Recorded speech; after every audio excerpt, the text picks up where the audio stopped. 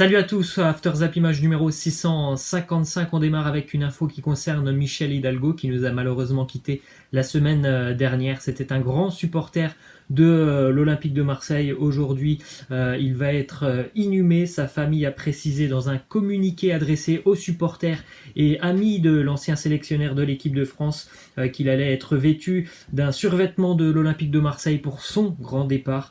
Ils ont aussi adressé ce petit message. Encore merci pour l'affection que vous portez à Michel. Il la mérite car il a aimé passionnément l'Olympique de Marseille et la ville de Marseille jusqu'à ne l'avoir jamais quitté. Un bel hommage aussi est à prévoir au Vélodrome, bien évidemment, après le confinement. On continue avec deux infos qui concernent des joueurs du Paris Saint-Germain. La première qui concerne Edinson Cavani. C'est Diego Forlán, son ex-coéquipier avec la sélection uruguayenne, qui lui conseille d'aller pourquoi pas rejoindre l'Argentine et Boca Juniors. Il dit Cavani stimulerait vraiment Boca Juniors car c'est un joueur de haut niveau de toute évidence. Il n'aura pas le même salaire qu'en Europe.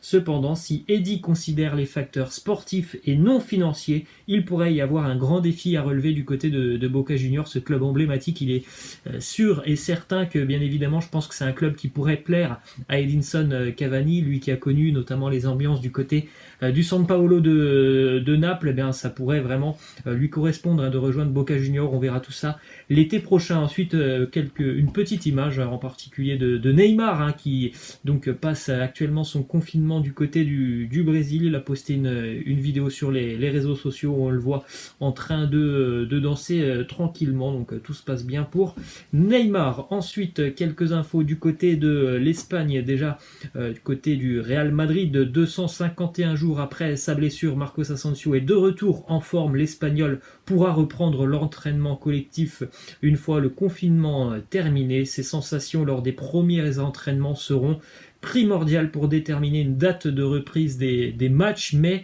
bien évidemment, dès lors que le football reprendra, il est fort probable que Marcos Asensio revienne provisoire, enfin en tout cas revienne assez vite dans le groupe du Real Madrid. Ensuite, une autre info qui concerne le Brésilien Jesus Régnier.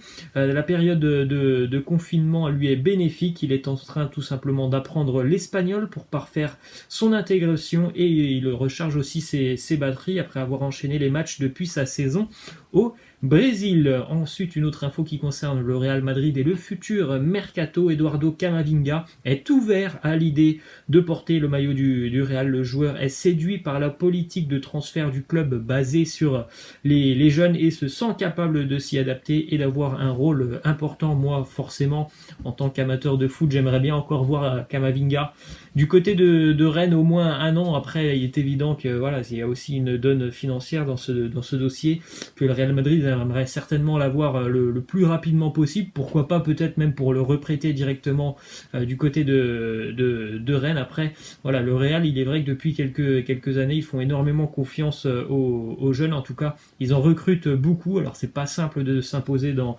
l'effectif du Real Madrid, mais ils en recrutent beaucoup pour le futur. Ensuite, quelques infos du côté du FC Barcelone. Lionel Messi a annoncé sur son compte Instagram hier que l'ensemble des joueurs catalans ont baissé leur salaire de 70% afin que les autres salariés du club continuent de percevoir 100% de leur salaire. Dans le communiqué, certains joueurs du Barça ont aussi été vraiment très surpris parce que en interne, certaines personnes souhaitent nous mettre sous le feu des critiques et essayent de nous mettre la pression pour faire quelque chose, baisser les salaires que nous avons toujours voulu faire. Alors on a un petit peu deux poids de mesure du côté de Barcelone. Les joueurs qui ont toujours voulu baisser les salaires et selon certains dirigeants, ils n'ont pas voulu toujours, en tout cas ils n'ont pas toujours été enclins dès le début à discuter de cette baisse de salaire. Après on a aussi le président du Barça qui a annoncé lorsque l'on a proposé la réduction de salaire de 70%, Messi était le premier à dire au vestiaire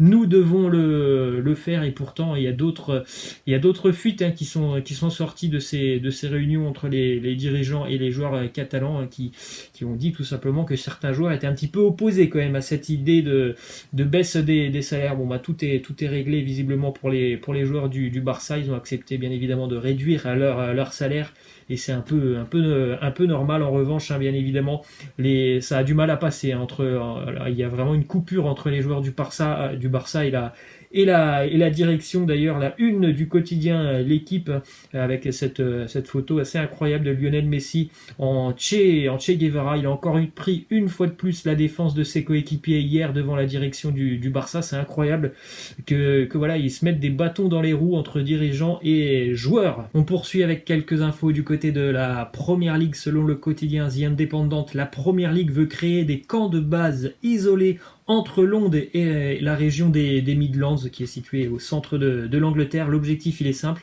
c'est de finir le championnat de Première Ligue à huis clos. Chaque équipe est basée dans un hôtel. En gros, c'est un petit peu une Coupe du Monde. Alors ça, c'est une idée assez farfelue, mais c'est ce qui est sorti depuis 1 ou 2 jours en Angleterre. Après, on est encore très très loin de la reprise du foot en Grande-Bretagne. Ensuite, une info qui concerne Jack Grealish, le joueur de Aston Villa, qui a demandé aux gens de rester chez eux pour combattre le coronavirus. Et quelques heures plus tard, il était recherché par la police après avoir percuté des voitures stationnées avec son 4x4 en rentrant de soirée. Bon, c'est toujours dommage de voir ce genre de comportement. Jack Grealish, qui est vraiment un super joueur sur le terrain, mais il fait aussi énormément parler de lui en dehors du terrain. Ensuite, une info qui concerne Chelsea, qui est rentré en contact avec Mino Raiola, qui est l'agent du gardien de l'AC Milan, Gianluigi Donnarumma. Pour rappel, les Blues ont acheté quand même Kepa Arrizabalaga la saison dernière pour 80 millions d'euros. Il n'a pas, il a pas satisfait les exigences du côté de Chelsea, Kepa Arrizabalaga. C'est pour ça que du côté des Blues, visiblement, on recherche un gardien pour le futur. On poursuit avec quelques infos aussi en Italie. Déjà une de Henrik Mkhitaryan qui compare à Arsenal et la Roma. Il nous dit: à Arsenal, on me demandait des choses différentes, la philosophie était différente de celle de Paulo Fonseca. Ici, je me trouve mieux car on joue mieux au foot. Ça m'aide, je préfère le foot de Paulo Fonseca car il est offensif, il essaie de gérer le ballon. C'est une déclaration d'amour tout simplement pour Mkhitaryan du côté de la Roma. En plus de ça, il a aussi dit qu'il appréciait beaucoup la ville de Rome.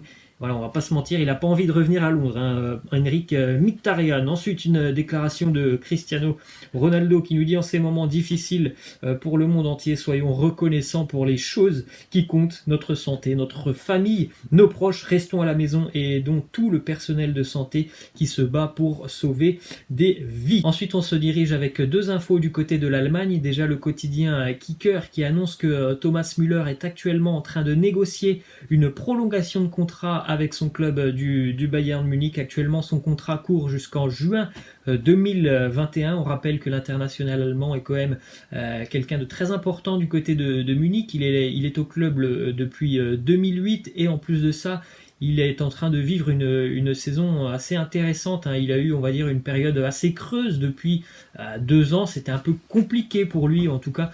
Il était en train de baisser au niveau du rythme et des statistiques cette année. Il est vraiment très très important dans le système bavarois. Donc voilà, on discute de cette prolongation de contrat pour Thomas Müller. Ensuite, une info qui concerne le Borussia Dortmund qui a repris l'entraînement hier, séance basée uniquement sur le physique pour les joueurs et uniquement par petits groupes.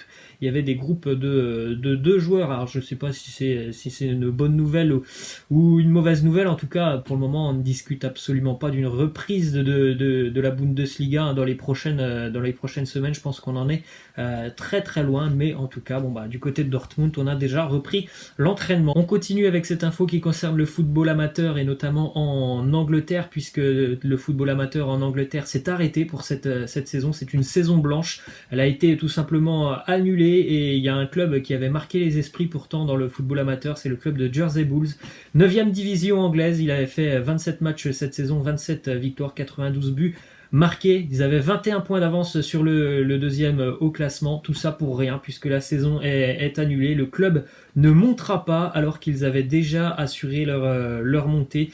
Et pourtant, le vice-capitaine de l'équipe a dit: c'est dur à digérer, mais pour le moment, avec tout ce qui se passe, le foot doit rester en retrait, priorité à la santé, à la sécurité de chacun. Forcément, ça doit être un petit peu rageant pour eux, mais voilà, c'est comme ça. Les instances sont décrétées qu'il n'y aurait plus de foot amateur en en Angleterre cette saison. Ensuite, deux petites images pour terminer. Laissez-moi en commentaire les amis si vous vous souvenez de ce duo, notamment avec les Pays-Bas. Donnez-moi les noms de ces deux joueurs, c'est quand même assez simple. Hein. Je pense que vous allez tous trouver en tout cas. Peut-être que ça sera un petit peu plus compliqué pour les plus jeunes d'entre vous, mais laissez-moi donc les noms de ces deux légendes du football néerlandais. Et puis on va terminer avec cette question de fin qui concerne Karim Benzema et Olivier Giroud. Vous préférez gagner une Coupe du Monde avec votre pays ou 4 Ligues des Champions avec votre club de cœur, hein. Je vous demande bien cette question. Je vous demande pas de me dire qui est meilleur entre Benzema et Giroud. Je pense que c'est évident pour tout le monde. Simplement de me dire si vous préférez remporter une Coupe du Monde ou par exemple 4 Ligue des Champions. Voilà les amis, c'est la fin. Je vous laisse. Prenez soin de vous. À demain. Ciao.